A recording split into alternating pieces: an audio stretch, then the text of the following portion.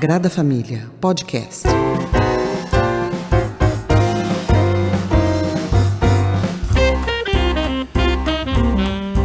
Olá, esse é o 34º podcast do Coletivo Sagrada Família. Eu sou o Felipe Victor, estou aqui com meus camaradas Daniel Plácido, Cristiano José e Ellen Ferla. Vamos conversar aqui um pouco, fazer uma análise de conjuntura, um esforço, de análise de conjuntura do momento atual. Já há um tempo não dispomos de um momento como esse, em que podemos nos encontrar e conversar, refletir a questão brasileira e, é claro, a conjuntura em que se encontra aí o mundo atual e o Brasil dentro de tudo isso. Então, boa noite, Ellen, Cristiano, Daniel. Boa noite, gente. Salve, rapaziada. Vamos falar aí dessa bananosa resistente que é a política brasileira, né? Boa noite, gente. Bom, há alguns dias estávamos aqui conversando, entre os membros do coletivo. Lembro de uma conversa mais específica com o Cristiano, um dia depois dos eventos de violência lá no Congresso americano, especificamente no dia em que o Congresso iria confirmar a eleição do Joe Biden para a presidência da República, e estimulados pelo então presidente, o Donald Trump, uma série de seus asseclas, seguidores contumazes, cercaram o Capitólio e inclusive invadiram com mortes e tudo mais. Na ocasião, os colegas levantou a hipótese de que aquilo representaria uma espécie de marco histórico, que talvez, a partir dali, o século XXI, de fato, estaria ocorrendo, começando, por assim dizer. Eu, na ocasião, acabei discordando um pouco dessa afirmação categórica, apontando que talvez ainda estivéssemos vivendo resquícios de século XX, e, nesse sentido, o Cristiano levantou a ideia de que estaríamos talvez vivendo um período de interregno histórico, e que justamente esse contexto de um intervalo, por assim dizer, um período de transição, todos esses eventos, tanto nos Estados Unidos como no Brasil, poderiam ser melhor explicados. Cristiano, se você puder nos apresentar aqui e para os nossos ouvintes essa ideia de interregno, bem brevemente, por gentileza. Vamos lá. Bom, antes só uma nota acessória, mas que eu acho que é importante para que a gente entenda um pouco a situação da esquerda mundial, em que um ato como esse, de tomada do Capitólio, ele normalmente não seria visto com receio, com pavor, pelas forças progressistas. Afinal de contas, se trata do lugar mais sagrado da burguesia internacional. Então, a população, tudo bem, o conceito de povo é uma coisa bastante amorfa, mas pensando aí os civis, a população se mobilizando e subindo aquela escadaria e tomando posse do prédio, é alguma coisa que todo aquele que é democrático popular sempre imaginou ser um triunfo. A tragédia é que isso tenha sido chamado pela ultradireita, o que mostra que, se existe alguma força revolucionária atuando hoje no mundo, isso está nas mãos da direita, o que quer dizer muita coisa para a gente. Mas, independente dessa nota, a ideia, basicamente, se vincula àquela tese já bastante debatida por nós aqui, do fim da Nova República, agora pensando no contexto brasileiro. E esse fim da Nova República marcaria, então, também se conectando a outros eventos internacionais, o início propriamente do século XXI. Bom, eu concordo com a tese de que aquele arranjo político nacional da Nova República, ele se esgotou, mas não vejo que imediatamente uma força substitutiva já esteja em ação. Mas sim que nós estejamos vivendo aí, desde o golpe de 2016, um processo de amorfismo político, em que as coisas institucionalmente estão dentro das mesmas regras, mas sem que sem que se tivesse a certeza ou a expectativa de que aquilo configuraria um ponto estável de funcionamento da política brasileira. Ninguém mais acredita nisso, né? Nem imprensa, nem intelectuais, nem a população, enfim, é alguma coisa que está lá, né? Ninguém sabe exatamente por quanto tempo e nem o que irá substituir. Né? Então, a ideia é essa. E o mais trágico nesses momentos, né, tem aquela expressão do Gramsci, né, o velho morreu, mas o novo não consegue nascer. Então, o que é de mais trágico é que nessas circunstâncias de interregno, né, de transição, em que uma coisa esgota suas possibilidades históricas e a outra, a nova, não consegue surgir, é que esses períodos de interregno são marcados por crises permanentes. Então, não se tem crise surgindo, né? Na verdade, você tem mudanças de temperatura de uma mesma crise. Né? Então, é um estado de uma espécie de patologia política e social que vai permanecendo, ela vai ganhando novos episódios, mas sempre girando em torno das mesmas lógicas, né? Sempre girando em torno dos mesmos temas. O que, conectando um pouco com aquela ideia de onde está o ímpeto revolucionário, que eu acho que é alguma coisa que a gente pode também explorar no dia de hoje, é bastante problemático, porque essa crise permanente, ela leva a uma resignação, a um cansaço. Então, as forças políticas tendem também a se acomodarem numa certa passividade, né? E aí entender que o horizonte de possibilidades está colocado dentro das categorias postas pela crise. E aí nada acontece, até que efetivamente alguma coisa, uma força rompedora possa vir a acontecer. E se nós lembrarmos das nossas conversas de 1 ano atrás, mais ou menos, né, 11 meses, né, quando começa a pandemia, nós imaginávamos que a pandemia podia ser essa força disruptiva, né, e não foi. Então, o que mais que precisa acontecer? Né? É um pouco essa sensação. Né? Não há nada de mais grave do que vimos no último ano acontecendo e efetivamente essas forças permanecem ali absolutamente estabilizadas, né, dentro das suas posições. É interessante você fazer a pergunta a respeito de onde está o ímpeto revolucionário, porque, de certa maneira, você já respondeu isso logo no início da sua fala, né? Quando você remete ao fato de que é a extrema-direita norte-americana quem está tomando as ruas e invadindo o Capitólio, ou mesmo aqui no Brasil, né, jogando fogos por sobre o STF, ou tomando as ruas, fazendo manifestações pró-Bolsonaro, de alguma maneira esse ímpeto se mostra lá. Mas, de alguma maneira, nós estamos tendo uma transformação hoje, não sei se de fato ela se dá, ou aparentemente apenas, na própria condução do governo e na relação com forças que até então elas eram excluídas, né, ou vistas como párias, né, políticas, ao menos no discurso, né, que o governo pregava, a essa mesma militância que sai às ruas, né, que oferece base para movimentos, manifestações. E aí, evidentemente, eu estou falando dessa aproximação com o Centrão, né, possivelmente em diálogo com essa ideia de acomodação dentro da crise que você citou.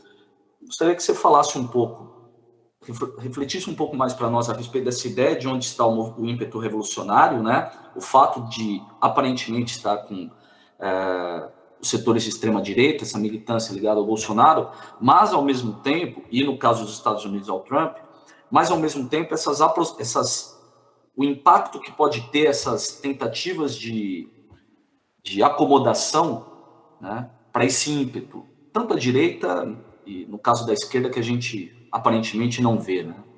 O problema todo... Posso fazer só um comentário? Eu gostaria que vocês comentassem.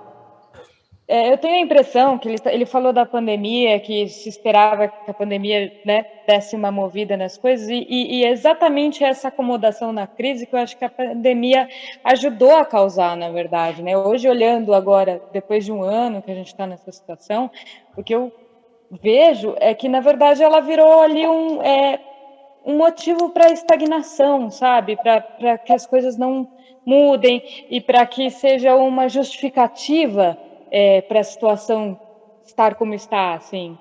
Enfim, não sei o que vocês pensam a respeito. Mais ou menos.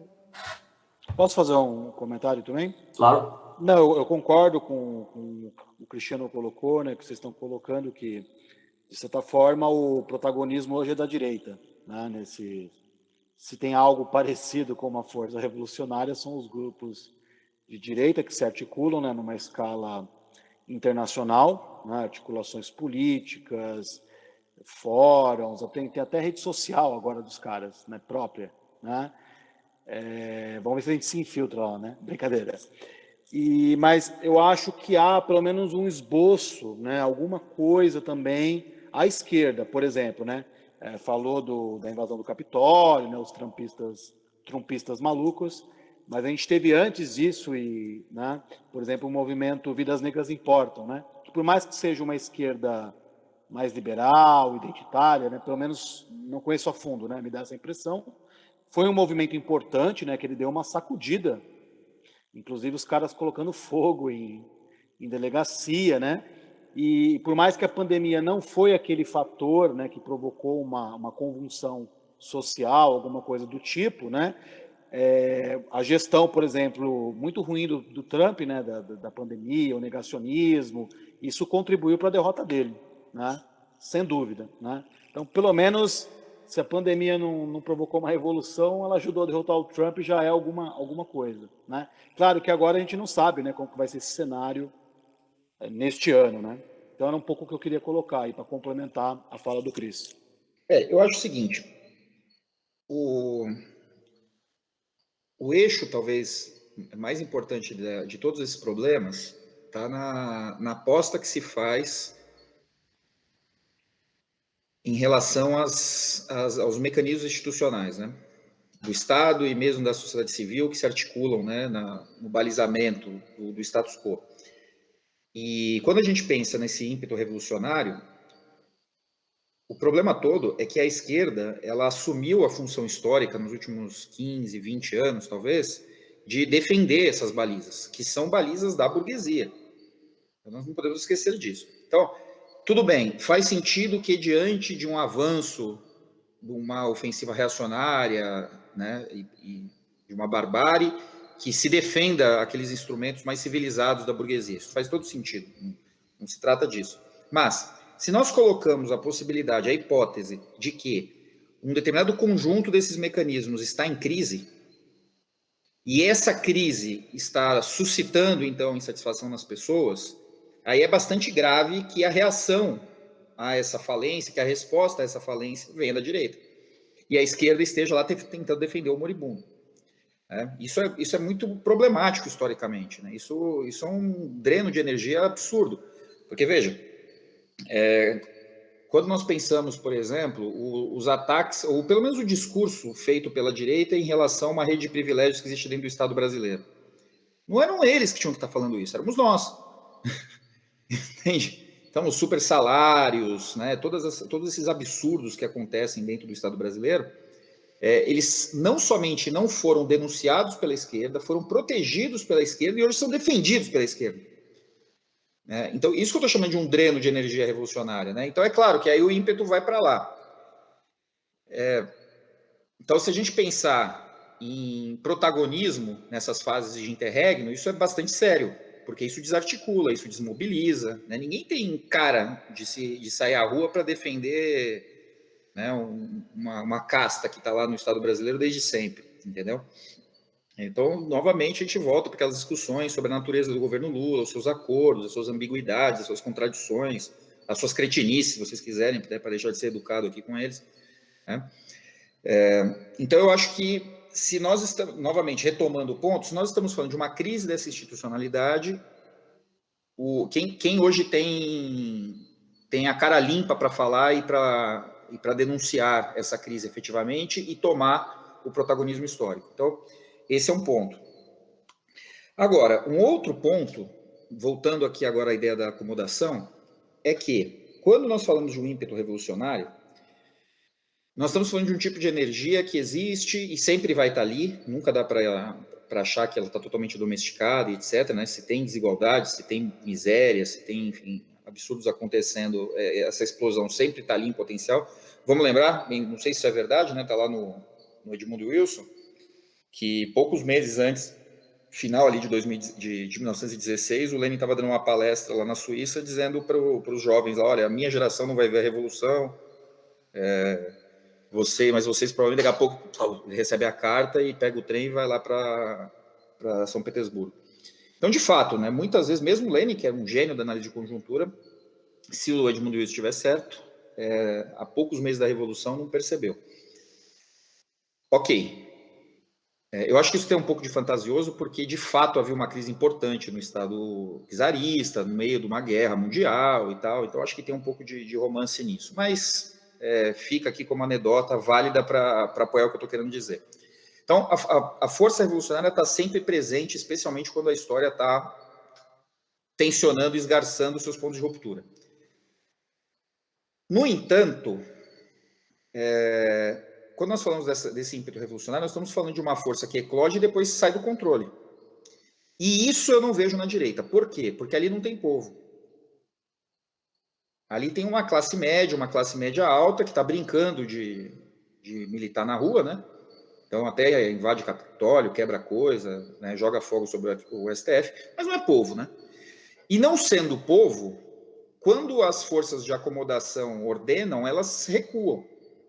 Então, já entrando numa questão que você colocou, de como que a base bolsonarista vai se comportar em relação a essa composição que ele faz com o Centrão, a base bolsonarista intolerante a isso já saiu há meses, talvez mais de ano. São aqueles que romperam já em 2018, 2019, né, começou o governo. São aqueles que romperam já no curso de 2019. Esses que permaneceram, eles vão ficar, não importa o que o Bolsonaro faça. Teve até uma fala dele recentemente na live de quinta-feira que ele faz. Aliás, é agora, né? Estamos gravando na quinta-feira, não estamos assistindo a live do Bolsonaro. Mas teve uma fala dele em que ele passou um pano para o Lula, né? Ou seja, o rancor dele ao Moro, e claro, né, o seu anti-lavajatismo agora o autoriza até mesmo a ensaiar algum tipo de aproximação com o Lula.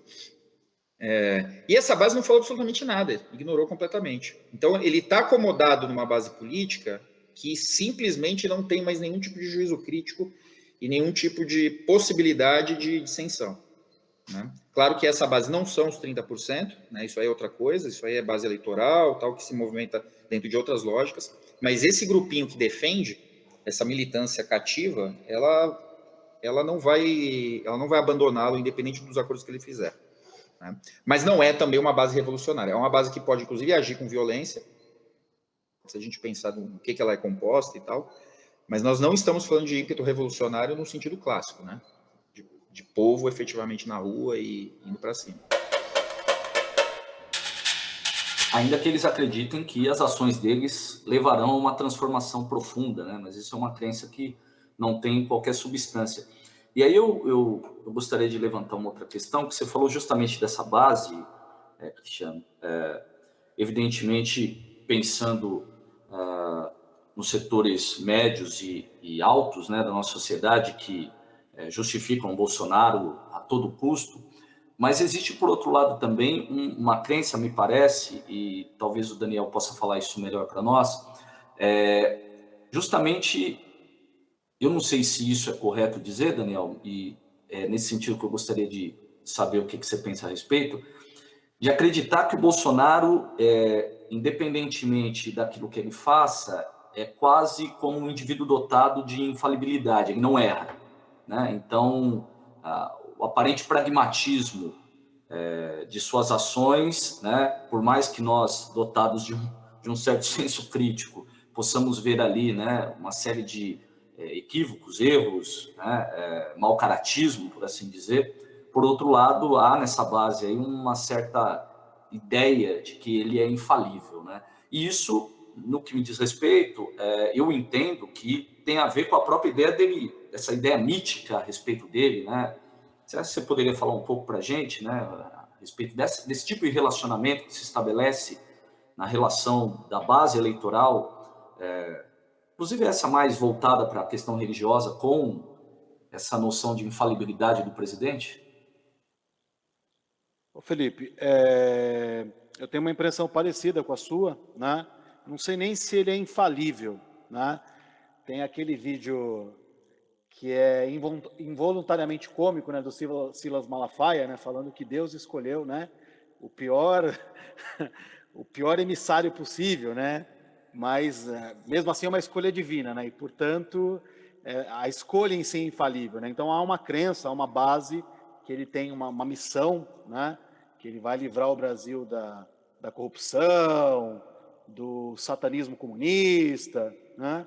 Então, me parece que dentro dessa lógica, até se ele cometer aí no meio do caminho algumas improbidades, né? Fazer um toma lá da cá, comprar votos, se aliar com o Centrão, isso não importa, né? Desde que isso leve para que essa missão seja cumprida, né? Então, eu tenho a impressão que é um pouco aí a coisa, né? Mas, por outro lado, né, o Cristiano comentou que uma galera já pulou fora, né, do trem, né, desse trem maluco, né, desse trem desgovernado. Eu acho que essa aliança com o Centrão, ela pode também esvaziar umas certas pautas, né? Não a coisa, por exemplo, como a questão do armamento, né? Escola sem partido, isso pode vir forte agora, né, nesse segundo round, né? Vamos chamar assim, né? Mas talvez até mesmo alguns olavetes acabem pulando. Eu acho que não pularam ainda, né? Talvez, não tenho certeza. E uma coisa curiosa, né? Que o próprio Olavo ele tem comentado já há um certo tempo em vídeos, em postagens, que é necessário ter um trabalho orgânico, né? Que ganhar o Estado, né? Ganhar os cargos, etc. Isso não é a questão, né? Então ele já fez vários apelos, né, para o pessoal formar um trabalho de base, né? Não sei exatamente qual seria esse trabalho de base. Eles vão fazer reunião em condomínio de luxo, né? E vão ler o livro do Olavo. Deve ser alguma coisa desse tipo. Não, estou fazendo uma caricatura, né? É claro que a ideia é de criar tentáculos, né? Dentro, ramificações, né? Universidades, né? Mesmo que seja um ambiente mais classe média. Claro que esse pessoal não vai lá na periferia, na favela, né? Mas que eles criem braços, né? E a grande questão é por que eles não conseguiram ainda fazer isso, né? É uma dúvida que eu também tenho. Não sei se os outros camaradas querem comentar a respeito. Sagrada Família, podcast. Antes de um comentário deles, você julga que esse movimento, Daniel, no sentido de uma organicidade, ou de um trabalho orgânico, aponta uma possibilidade, na perspectiva deles, de uma ação descolada, por exemplo, do próprio Bolsonaro, quer dizer, um movimento mais independente? Olha, é possível. Até o que eu vejo nas declarações, aí eu estou falando dos olavetes, né? Que a gente coloca tudo no mesmo balaio, mas não sei até que ponto. O próprio Olavo já criticou, né, várias vezes o Bolsonaro e deu a entender que ele desembarca, né? Até que ponto isso é verdade ou não, a gente não consegue saber. Pode ser mera retórica, né? Mas eu acredito que eles veem o próprio bolsonarismo como um instrumento também, né? Então eu acho que nesse sentido seria possível eles tentarem alguma coisa descolada, inclusive se identificarem que o governo ele se perdeu, né, aquele propósito original, né, se tornou mais um, etc, etc. Né? Então eu acredito que sim, Felipe.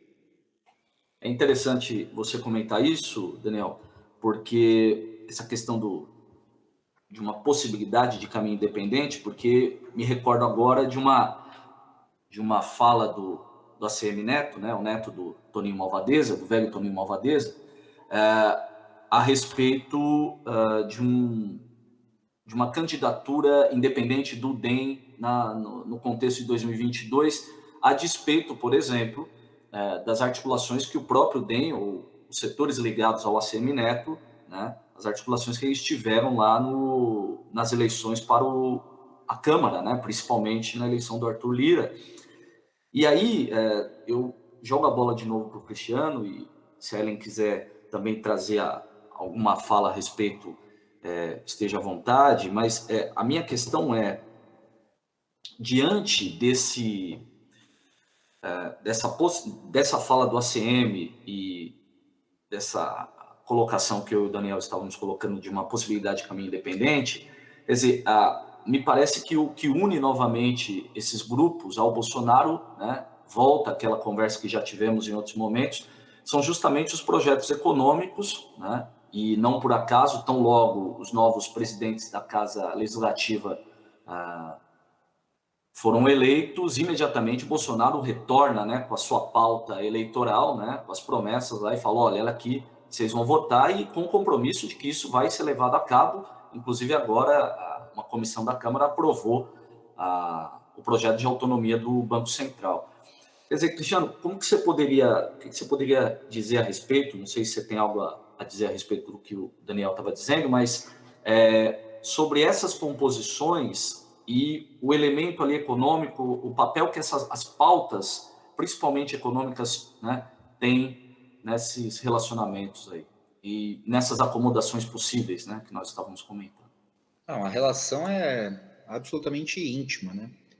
Ou, se nós quisermos aqui usar uma fala muito espirituosa da professora Virginia Fontes, já deixou de ser íntima, já é uma relação pornográfica, já, entre as coisas, né? Porque é um jogo, né? Essa questão toda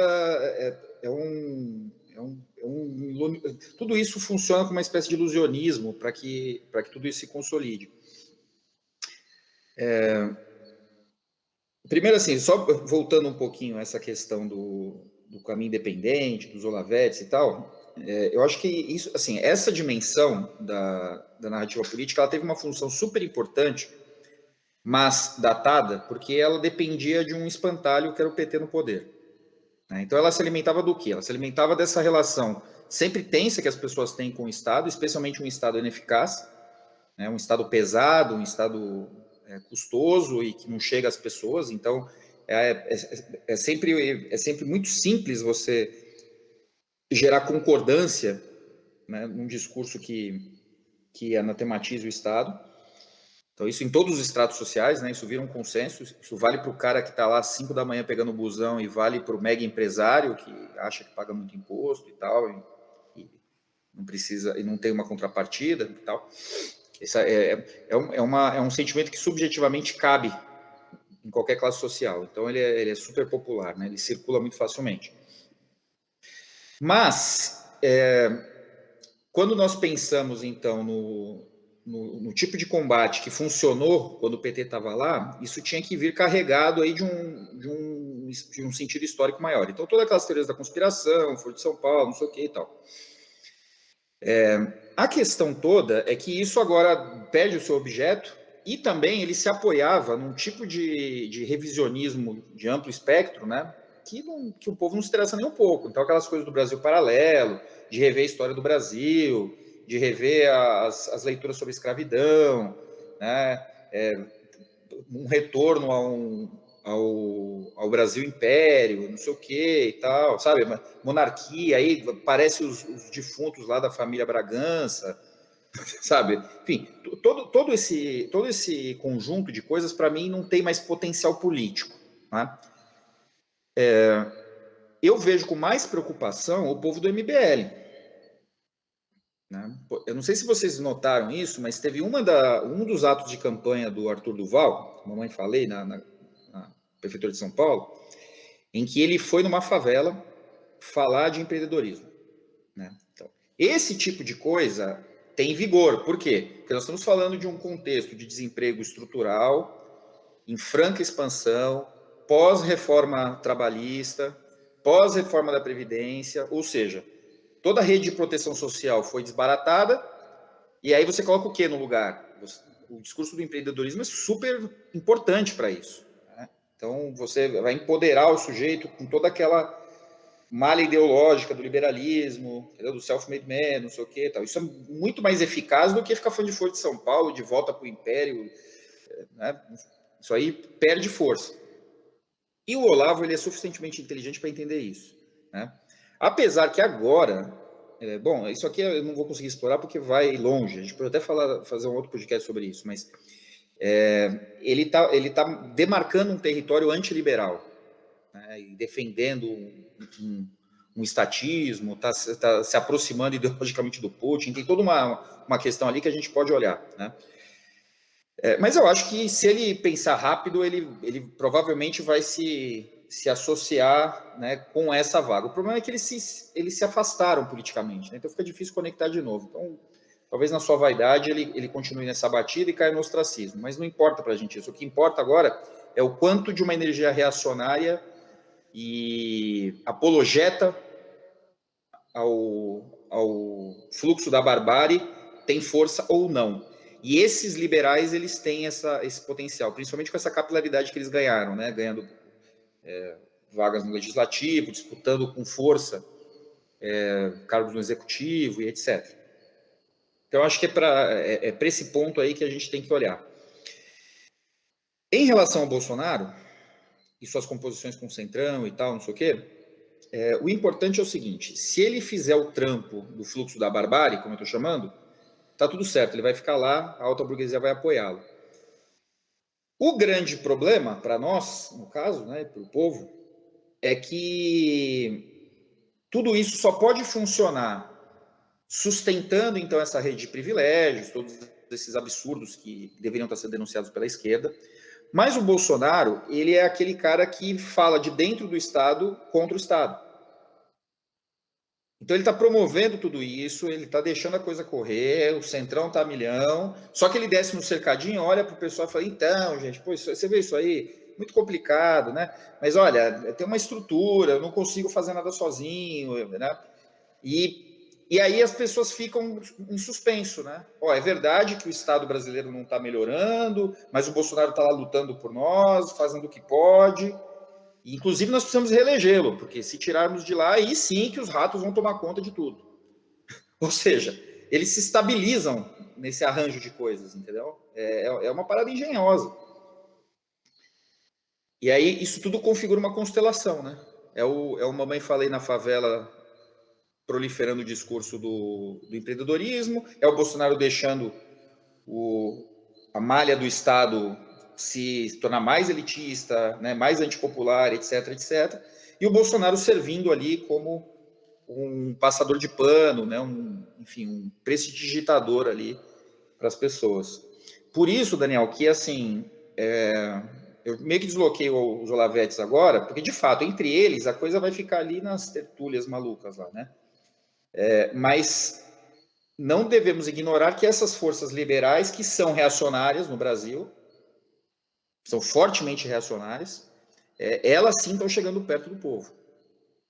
Então, chegando fortemente perto do povo, e não podemos ignorar aí os tentáculos já existentes, né, os postos avançados que o neopentecostalismo tem, né? Também é outra parada que a esquerda já perdeu há muito tempo e que está lá. E aí é muito louco que as últimas manifestações de esquerda tenham sido carreatas, né? Entende? Ou seja, a esquerda, quando vai para a rua, ela se afirma ainda de maneira mais cabal como uma força pequeno-burguesa, né? Defendendo as balizas do Estado Democrático de Direito, sabe? O sujeito mais revolucionário que nós temos é o Lewandowski. É inacreditável.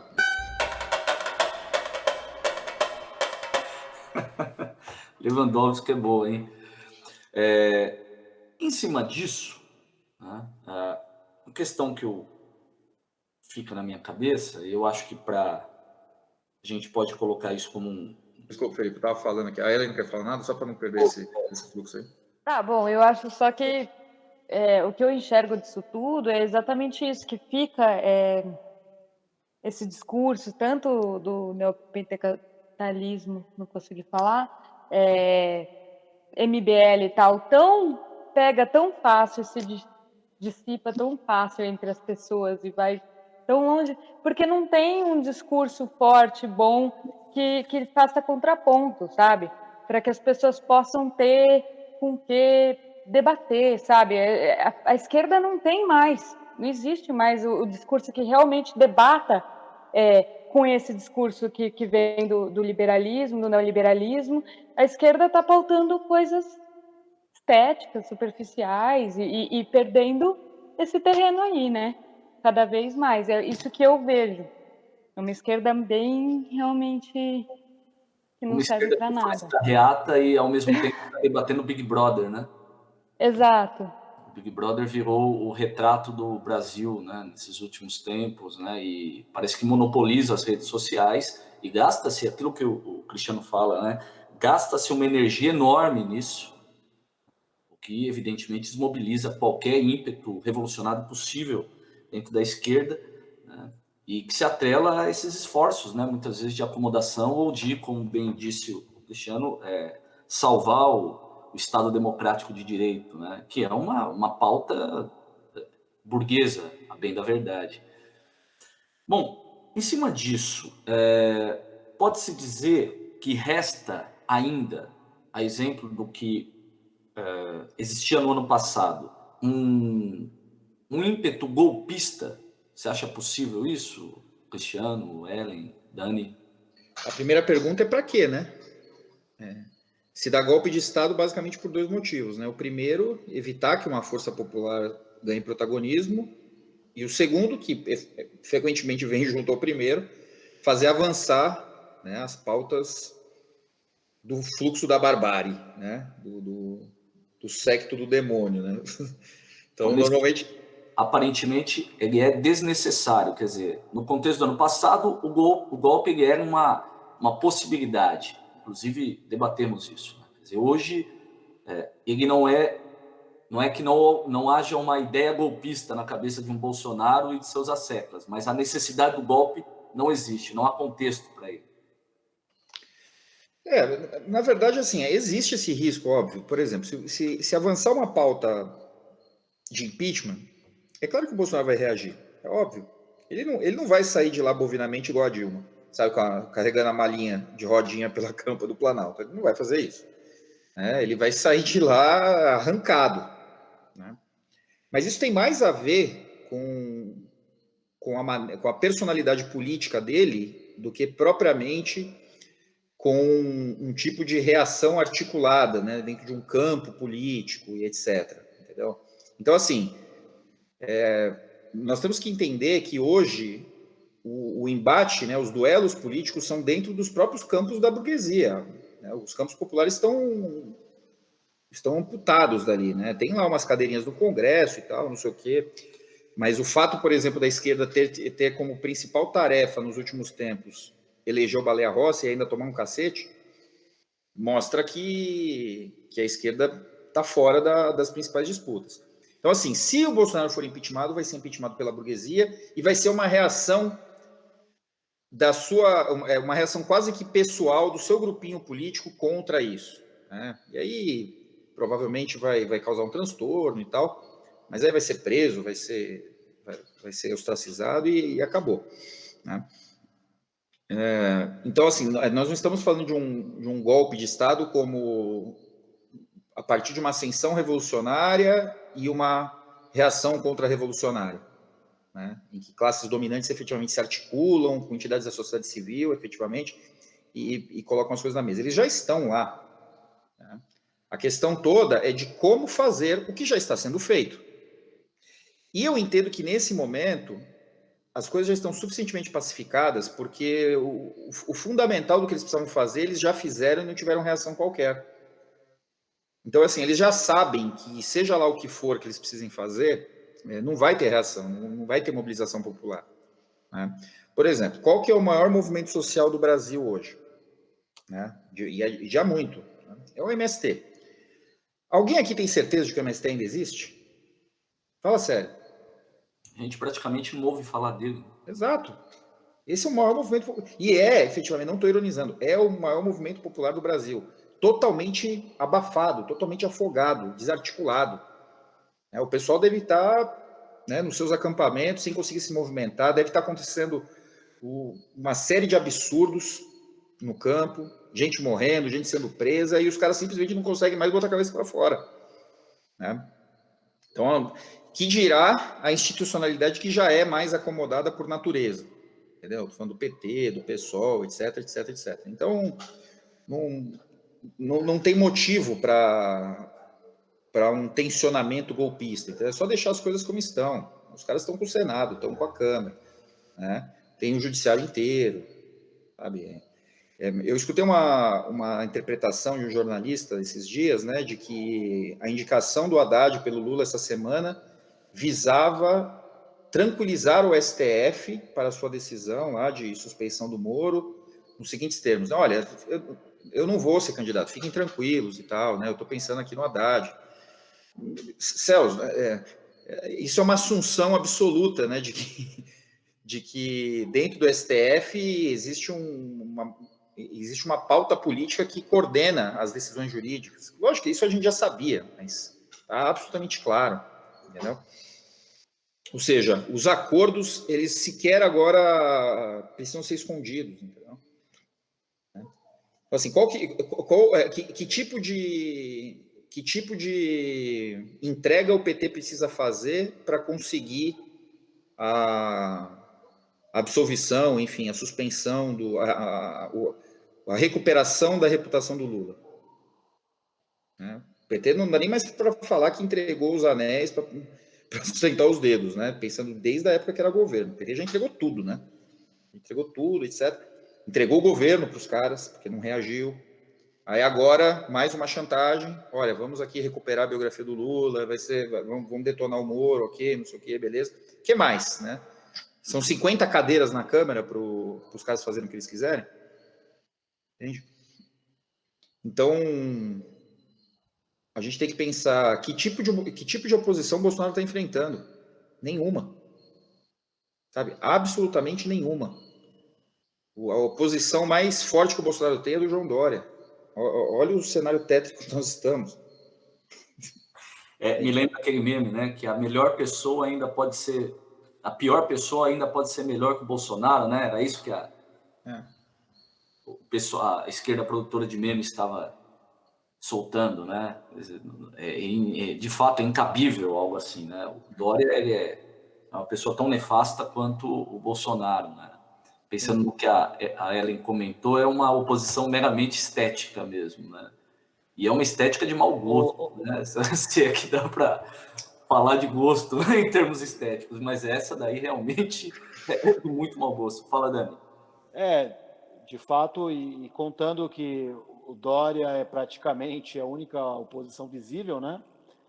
E o PSDB, cara, ele está em processo de implosão, né? Houve claramente um racha interno na questão da eleição, né? Lá na Câmara. E possível até que o João Dória venha a sair do PSDB, né? Os seus quadros mais tradicionais. Eles já estão praticamente, né? Qual que é o capital político do FHC já está aposentado, né? O Aecinho, né? Acho que não ganha eleição nem para o centro acadêmico de uma federal lá em Minas, né? Então, também é um pouco isso, o PSDB está vivendo esse centro, né? Centro-direita, né? Que vai ser provavelmente absorvido pelo Centrão, né? Chamado Centrão. E uma outra coisa, a questão do golpe, né? Eu acho que, claro, uma possibilidade ela sempre existe, isso não está descartado, né? Mas eu acho que só num cenário de crise mesmo, que não deve acontecer, porque realmente esse movimento todo, né? Ele tende agora a uma acomodação, né? A não ser num caso de uma derrota eleitoral e ele querer contestar, um pouco como o Trump fez, né? Dizer que foi golpe, fraude, aí poderia vir um golpe, né? Impeachment não... Né, se com o Maia lá não rolou, né, então agora que não vai rolar, agora muito menos, né? E esses caras estão lá até no sentido de conduzirem, né? Eles já estavam atuando antes da eleição do Bolsonaro, né? Tá saindo um material sobre Augusto Heleno, eles já estavam, né, mexendo os pauzinhos bem antes da eleição do Bolsonaro, e, cara, é oficial para tudo quanto é lado, né, no governo. Então, de certa forma, eles já estão no poder, né? Porque eles vão dar um golpe em si mesmos, né? Um autogolpe, né? Como se diz. Não faz muito sentido, eu acho que só num cenário de crise, né? Que isso poderia acontecer, porque não há realmente essa oposição nem dos movimentos sociais e muito menos no âmbito institucional, né? E as pautas econômicas até a Globo apoia, né? Então, meu caro, né? Hasta la vista. Lembrando de exemplos históricos em que um governo dá um golpe em si mesmo, o Vargas faz isso em 37, mas radicalizando, né, o próprio governo, né, inclusive mantendo a sua própria base, né? O que ele vai é intervir fortemente nos estados, né? Com as intervenções, os interventores, né? Substituindo os governadores à época, né? O que, né, até a gente conversou no passado a respeito dessa relação, né? Do poder central com os poderes estaduais. Me parece que as tensões entre o governo central e as lideranças locais, elas estão sendo atenuadas, né? Se o Centrão foi vitorioso nas eleições municipais e agora o governo se aproxima do Centrão, né, o que aparentemente era uma derrota parece ganhar novos contornos. Eu não sei se vocês concordam com isso, e diminui, inclusive, essas possibilidades de intervenção federal dentro dos estados, né? Dentro de uma perspectiva golpista que talvez estivesse mais clara no passado, mas que, como bem colocou o Cristiano, hoje não tem tanta força. E o Bolsonaro é um sujeito camaleônico, né? Ele não tem nenhum pudor de voltar a posições. Ele briga fortemente com alguém, depois ele vem com aquelas metáforas afetivas dele lá. Briga de casal, né? Vê aquele Caiado, esse pessoal. Hoje é pro Mourão, né? Oi? Atualmente é pro Mourão, né? É que o Mourão não representa, né, o Bolsonaro precisa considerar, né? Mas o Centrão sim, o pessoal do DEM sim, né? Que é toda essa fauna política que atua fora de São Paulo, né? Que é super importante, alguns estados do Nordeste, do Norte, do Centro-Oeste. Então, acho que o Caiado é uma figura interessante nessa direção, entendeu? E ele vai e volta mesmo, não tem problema nenhum. E ele é super habilidoso para isso, né? Para sentir essa temperatura, né? Para onde a coisa está indo e tal. E novamente a gente retorna naquele ponto. A militância vai junto. Por exemplo, há uns meses atrás, o Roberto Jefferson apareceu como um defensor enérgico, né, do bolsonarismo. Por oportunismo, né? O Roberto Jefferson ele se aproxima de quem está na crista da onda. E a militância bolsonarista acolheu fortemente, assim, né? Chamando de Bob Jeff e tal, né? Canalha completo, né? Então, assim, essa militância bolsonarista também está à imagem e semelhança do líder, né? Porque ela também é cretina, entendeu? Também ela não tem vergonha nenhuma na cara. Ela vai e vem também sem ao sabor dos ventos. O que eu entendo que pode explicar essa acomodação é que esse Centrão, para mim, ele é muito... Ele tem a sua cara, principalmente no PMDB, né? Eu escrevi sobre isso há bastante tempo, né? Eu acho que a gente fez também algumas publicações na Sagrada Família, que essa ideia de uma força política que está no poder, mas que jamais se personifica em alguém. Por isso que ela fica lá no legislativo, né? Então, o PMDB, desde a redemocratização, ele opera dessa maneira. É o partido mais poderoso do Brasil, é o que dá sustentação a qualquer governo, mas ele não ascende ao executivo, porque senão ele ganha evidência. Então, o Centrão precisa dessa figura, né?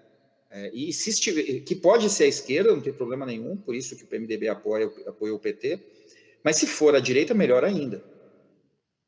Tanto melhor. Então, se o Bolsonaro estiver disposto a ser a referência simbólica, né, que dá sustentação de popularidade para que o Centrão trabalhe nos subterrâneos, né, ali no pântano e tal, acordo perfeito. E me parece que é isso que está posto, né? Então, assim, de novo, isso se sustenta enquanto um cenário de crise dramática e agressiva não se estabelece. Mas isso também é relativo. A gente tem que tomar muito cuidado também com esse tipo de critério, né? Quanto que a crise econômica é capaz de gerar uma insatisfação popular e daí evoluir para um processo insurrecional, de protestos e tal. Por quê? Porque quando nós estamos falando dos países do capitalismo central, quando você mexe em 2 anos da aposentadoria dos caras, aí eles vão para a rua, né? Mas aqui, né, nós temos uma condição totalmente diferente. Eu me lembro de uma discussão que eu tive na USP em 2017, talvez, 18, que eram os professores lá das federais e da própria USP também, que reagia à reforma da Previdência, não sei o quê, eles estavam indo para o metrô conversar com o povo, né?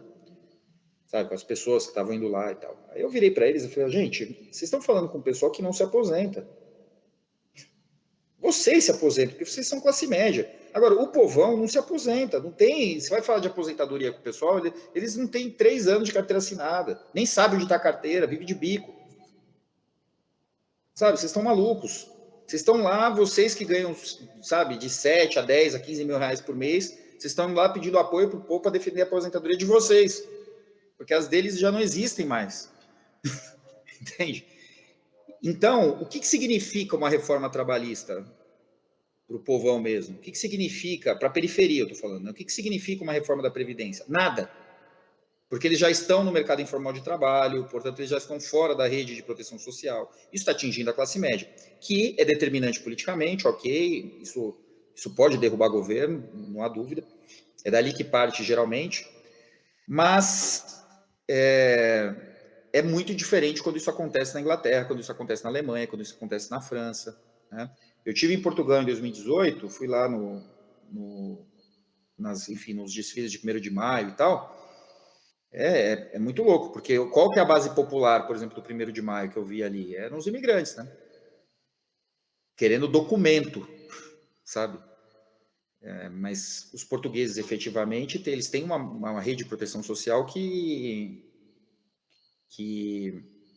criou um abismo ali, né, em relação a esse pessoal todo. Então, depende.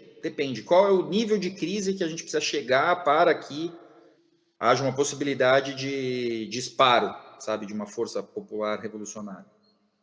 Né? Isso tudo eu acho que é bastante relativo a depender ali, né, do arranjo histórico das nações. Por isso que eu acho que a gente precisa olhar também com bastante atenção para as pautas identitárias, né, porque para o bem e para o mal, né, por mais que elas tenham todos os seus problemas, são as únicas que têm mobilizado. Entende? Então, a questão racial e tal. Então, assim, elas são importantes. Óbvio que elas têm uma esterilidade quando elas ficam isoladas, né, nos seus giros. Mas eu tenho a impressão de que elas podem ser um atalho para a questão econômica. Né? Um atalho que vai precisar de muitas mediações, mas é onde existe algum tipo de... A periferia não é bolsonarista, quando a gente pensa na molecada, sabe? A gente pensa na molecada, ela não é bolsonarista. A gente não pode confundir o velhinho reacionário ali que está ali no boteco, falando umas besteiras, da molecada, efetivamente. Né? Então, talvez venha daí. Sagrada Família. Podcast. Eu acho que existe essa pauta identitária, ela teve um espaço aí justamente porque ela tem essa possibilidade estéril, né? Ela dá para se trabalhar nessa esterilidade, além de você ver que o capital também pode lucrar muito com ela, né? Como tem feito até hoje. Então, acabou que houve espaço para isso, né? E talvez seja um canal que dê para... Porque são problemas reais também, né? A gente não está falando de uma coisa que não existe, que é só uma propaganda, não é. São problemas reais que existem, que precisam também ser solucionados, mas eu acho que tem muito disso, né? Existe, eu até vejo, assim, entre sei lá, círculos, assim, que discutem, que falam sobre racismo, sobre machismo, etc. e tal, essa disputa, né? Sobre até que ponto isso é uma pauta econômica, isso é uma pauta de classe, e o quanto, na verdade, é raça antes de classe, etc. e tal. E tem uma disputa aí forte.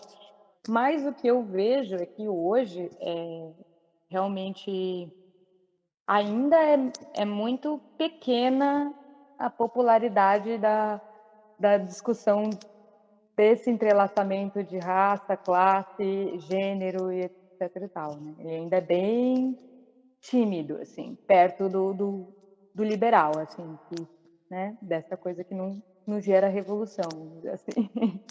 Porque a grande questão da perspectiva revolucionária, o grande teorema, é o quanto que é possível você universalizar uma pauta que, na sua origem, ou pelo menos no seu gatilho, é particular. Né? Que é o tal do trânsito, né, do econômico corporativo para o ético político. Então tá lá, começa lá uma insatisfação popular por conta de algum problema na fábrica, não sei onde, na classe trabalhadora, e isso ganha corpo e se universaliza. Né? A grande aposta do marxismo no proletariado é de que os interesses do proletariado são os únicos que, se universalizados, são os interesses de toda a humanidade. Então, se você pegar a burguesia, por exemplo, se você universaliza os interesses da burguesia, você não atende ao proletariado também. Mas o contrário, sim, sob o ponto de vista civilizatório, filosófico e tal. Muito bem. O grande problema das pautas identitárias é essa esterilidade delas, né? Que se universalizados, eles não abarcam todos os demais, né? Então, nós tivemos uma conversa aqui muito boa com o professor Joma, alguns números atrás dos podcasts, em que eu acho que isso ficou bastante patente, né? O quanto que o fortalecimento político do movimento negro, mas de maneira autorreferenciada, não é politicamente problemático, porque exclui, né, todos os diálogos, todas as pontes. Então, assim, faz todo sentido que o movimento negro se articule em torno de símbolos próprios, né, e se fortaleça e se organize, mas no momento imediatamente depois ele precisa dar as mãos a outras pautas, né, a outros agrupamentos, aos professores, aos LGBTs, às mulheres e etc. Agora, quando o processo de fortalecimento político de um movimento como esse o isola ainda mais, né, o encapsula ainda mais, pronto, já é o começo do fim. Né? Você para sair do gueto, você forma o gueto. Né? É uma coisa que não tem superação dialética, né? A coisa não se sintetiza em algo maior, né? Em algo que caminhe no processo de alastramento. Então, esse é o grande problema dessas pautas identitárias. As pessoas até têm uma certa simpatia, mas quando chegam perto, elas se afastam e, eventualmente, como efeito residual, gera até uma força reacionária a isso. Né? Dentro dos próprios quadros. Não vamos esquecer que boa parte dos quadros institucionais do bolsonarismo, gente, é só olhar, só dar um Google. Né? Muitos são negros, periféricos, etc. Pega os deputados federais, estaduais do bolsonarismo, prefeitos que ganharam, governadores, né? Acho mais propriamente. Pega esses deputados aqui que estão aqui na LESP, aqueles que estão na Assembleia, né, Federal. São todos oriundos da periferia, são caras que tinham uma condição de vida muito precária. Tem um sujeito lá no Rio de Janeiro, que não sei se ele foi eleito ou não vereador, um menino de 20 anos de idade da periferia, negro, que era policial militar, soldado. Né? Um dos influências mais importantes do bolsonarismo. Então, o que é isso? Né? É efeito interno do movimento. O movimento está falhando alguma coisa. Se ele não consegue conversar com os próprios pares territoriais, gente que está ali, e deixa esse pessoal escapar exatamente para a força contrária, né, que potencial que isso tem de unificação, de movimentação política de amplo espectro? Nenhum. Muito pelo contrário. Então, acho que é aí que está um dos gatilhos que precisam ser corrigidos, sabe? Tá dando no contrário o negócio. Né? Isso seria feito justamente, para usar uma palavra que a Karen usou, de uma esterilidade crescente desses grupos. Não diria que eles perdem a sua capacidade de ação política, porque, né, evidentemente, a ação deles é política por si mesmo, mas o que eu quero dizer é que a possibilidade de promover uma transformação social efetiva, isso fica reduzido, né? Na medida em que eles vão se isolando e, como você bem colocou, se convertem em guetos, né? A capacidade de diálogo com outros grupos e uma ação mais ampla, né, de efetiva transformação social, ela praticamente se perde. Né? E são coisas fáceis da institucionalidade burguesa resolver. Por exemplo, se tem a opinião geral na esquerda, tá? Isso é na esquerda, de que o bolsonarismo, que o Bolsonaro, ele é uma força nociva às pautas indígenas, por exemplo. Né? Mas aí vai escutar a Damares Alves, por exemplo, que é quem responde efetivamente pelas políticas públicas a essa população. Ela é casada lá com um cara, né, indígena, ela tem uma proximidade biográfica com os povos indígenas, não sei o que e tal. As coisas são totalmente compatíveis. Dá para colocar alguém que vai lá, entendeu? Pode até dormir na oca um dia, enquanto o Salles faz o arregaço na Amazônia. Entende? Esse é o ponto. Né? Quando o povo olha um deputado federal negro que veio da periferia e é bolsonarista, ele fica confuso, né? Ele fala, caramba. Aí ele olha o deputado do PT e vê, entendeu? E vê um cara muito mais associado à elite do que o outro. Né? Então isso gera uma confusão simbólica. Né? E, claro, isso não é articulado, é isso que eu estou tentando dizer aqui, né? Isso é um fenômeno orgânico. Ninguém foi lá na periferia, você sabe, vamos construir aqui um candidato negro. Não, apareceu nas fileiras dele. Sabe, o sujeito foi até os grupos, ele se engajou. É verdade, quando eles dizem lá, quando eles são entrevistados, como é que você começou a se interessar por política tal? Aí o cara fala, eu estava lá numa escola do estado em Carapicuíba. Todo mundo consegue imaginar, né, que é uma escola do estado em Carapicuíba, né? Aquele lugar sem luz, com aquelas grades na janela, sabe? Aquelas carteiras todas pichadas, quebradas, aquele lugar totalmente insalubre. Então, é esse lugar que ele estava. Ele estava lá numa vitrôs aula... quebrados, eu imaginei na hora, assim, alguns vitrôs quebrados. Exatamente. Nós estudamos lá e lecionamos lá, né? Temos tudo isso muito vivo, né? Então ele estava lá sentadinho, depois de ter trabalhado o dia inteiro, e ele fala assim, e veio um professor de história comunista, e aí eu discordei dele na aula, e aí ele me deu 0, me expulsou da sala, e aí tudo começou. Não saiu dos jardins, entendeu? E de fato foi isso que aconteceu, foi espontâneo. Tem um mito de origem, inclusive. Aí. Um mito da origem, exatamente. Então isso... E assim, esse professor de história, que estava numa tremenda de uma saia justa, né? De 2003 a 2014, 15, porque ele vai denunciar o quê, se nós estamos no poder, né? Então isso gerou a matéria-prima de todo esse esgoto que veio, né? E nós não saímos dele porque o PT foi apeado do poder. Porque a esquerda toda ainda está mobilizada no sentido de defender as abstrações, né, da malha de direitos da classe média de esquerda. Sabe? Qual que é o discurso do Freixo? Né? Tudo isso que a gente já falou. Então, é uma situação de... esse interregno aí, se nós estivermos certos, né, esse interregno é um período de miséria absoluta, assim, é um período de absoluta ressaca, talvez. E aí, sim, não somente uma nova coisa precisa surgir, mas uma nova perspectiva política popular precisa surgir. À esquerda, efetivamente, né? Porque a direita é o engodo. É o ilusionismo do Bolsonaro para fazer os caras passarem o trator no que eles quiserem lá. Sagrada Família. Podcast. Então, você falou do interregno. Eu consigo enxergar esse período muito claro nessa esquerda de hoje, que é uma esquerda amorfa, né? Que é muito...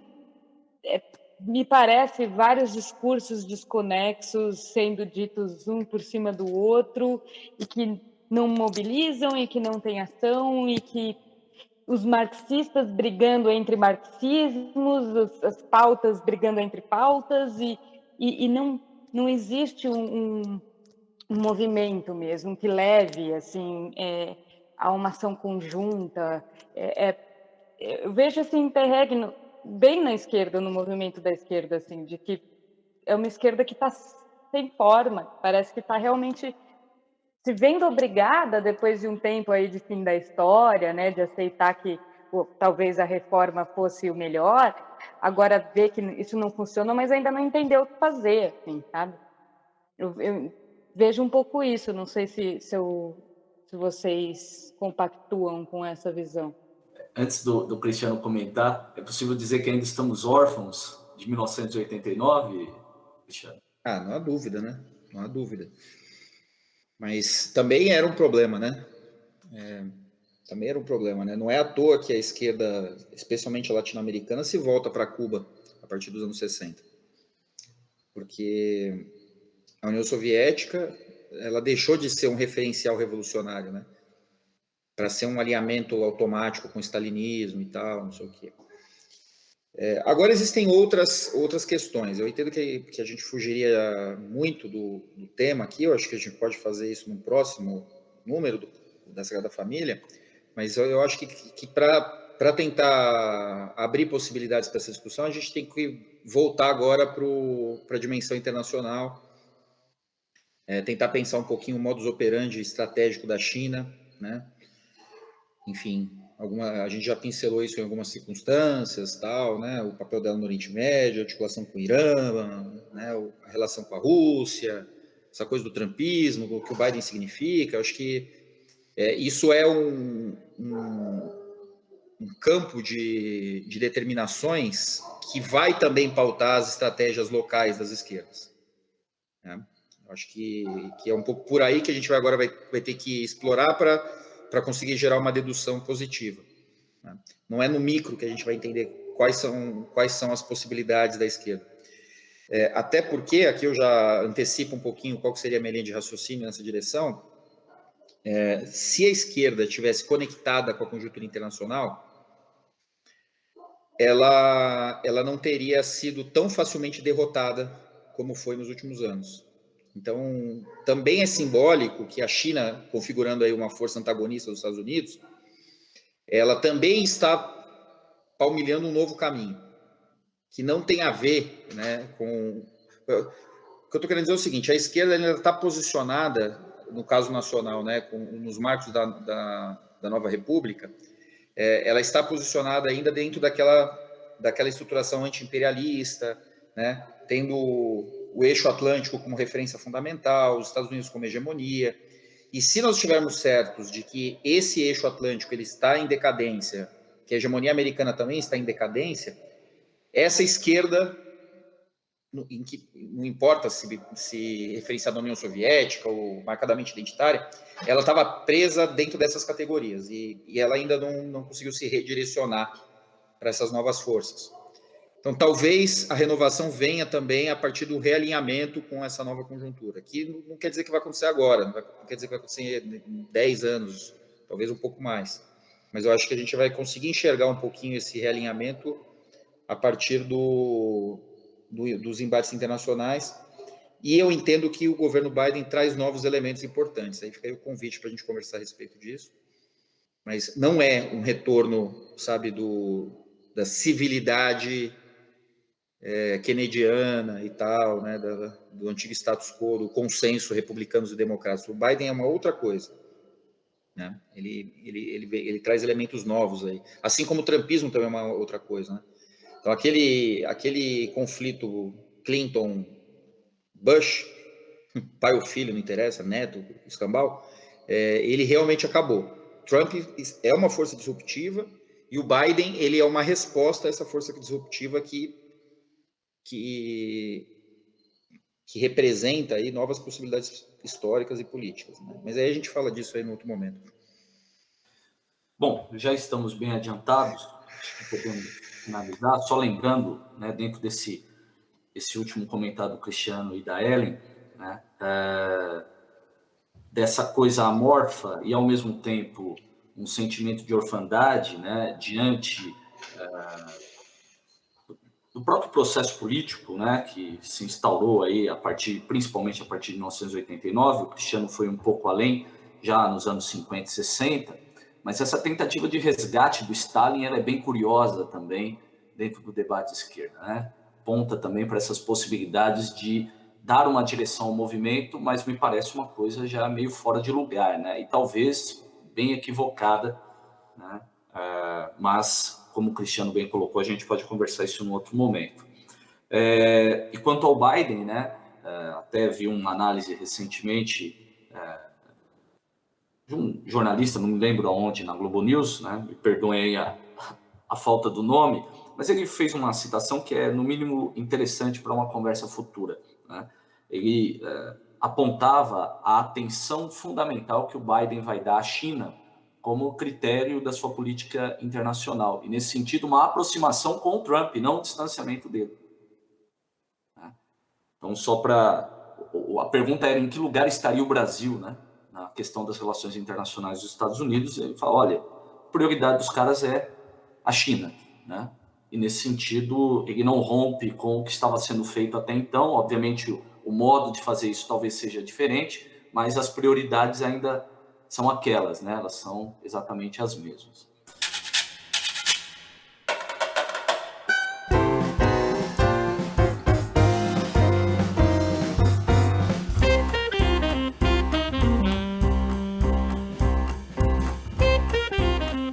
Este podcast é uma produção do coletivo A Sagrada Família. Curta, compartilhe e se inscreva em nossos canais. Bom, gente, acho que a gente pode encerrar por aqui. Já demos ensejo para próximos encontros. Agradeço a oportunidade de conversar com vocês. Agradeço aos nossos ouvintes. Esse é o 34º podcast do Coletivo A Sagrada Família. Ellen, Cristiano, obrigado. Obrigada a vocês, camaradas, obrigada aos ouvintes. Valeu, pessoal. Obrigado, Ellen, obrigado, Felipe. O Daniel que teve que se ausentar. Desculpem aí as matilhas em luta. Né? Quando não é o Galo Carlinhos, são os cães, né? Coisas do mundo rural novamente. Carlos Marcos, né? Já foi devidamente batizado, né? Esse galo. Nós temos uma nova parceria aqui, a Olivia, né? Nossa vira-lata com o Pitbull aqui, que tá fazendo a ronda aqui, então ela costumeiramente. Ela ainda não entrou em bom termo com os cães do vizinho, então peço desculpas aí pelo transtorno. A acomodação vai acontecer, não tardará. Valeu. Grande abraço, camaradas, um grande abraço aos nossos ouvintes. Conversamos numa próxima oportunidade. Até lá.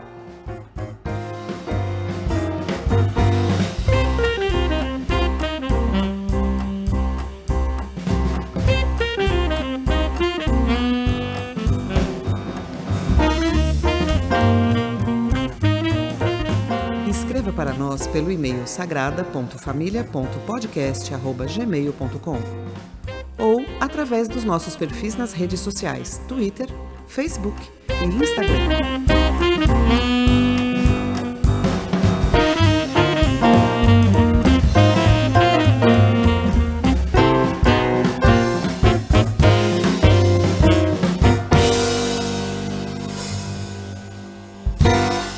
Sagrada Família, podcast.